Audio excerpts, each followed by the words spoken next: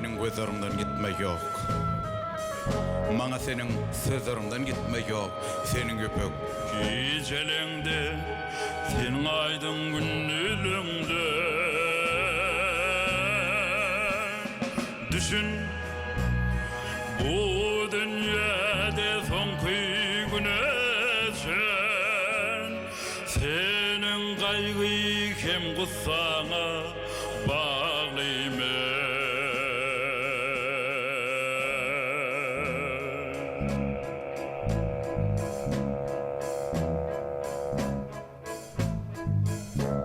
Men zemin, sen bolsa ullokan asman. Saçların nur edip isime dökken.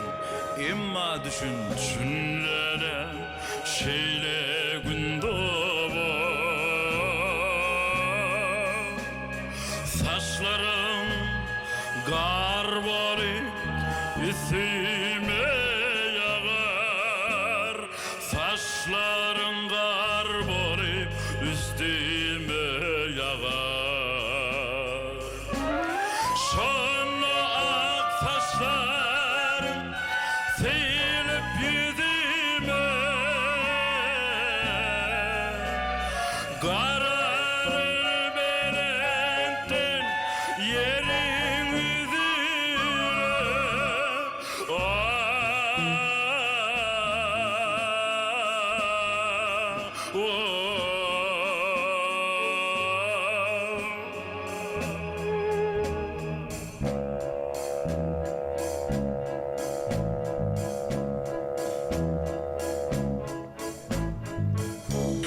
Şapakta görürün yanan alın.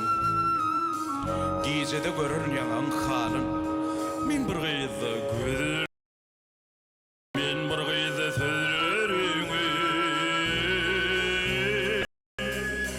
sırlap yaprakların yüzüne derim onu senin göz yaşını görürüm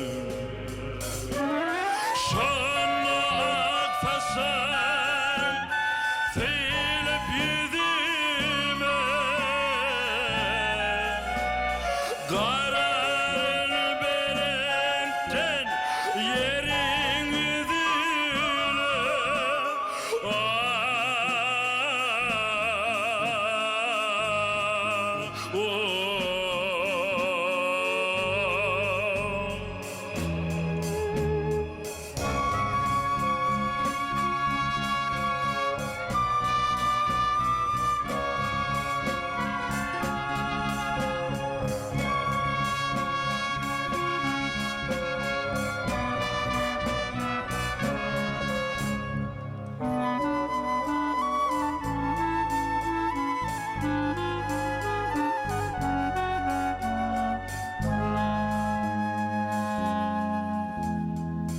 Şonun için bu dünyadan gitme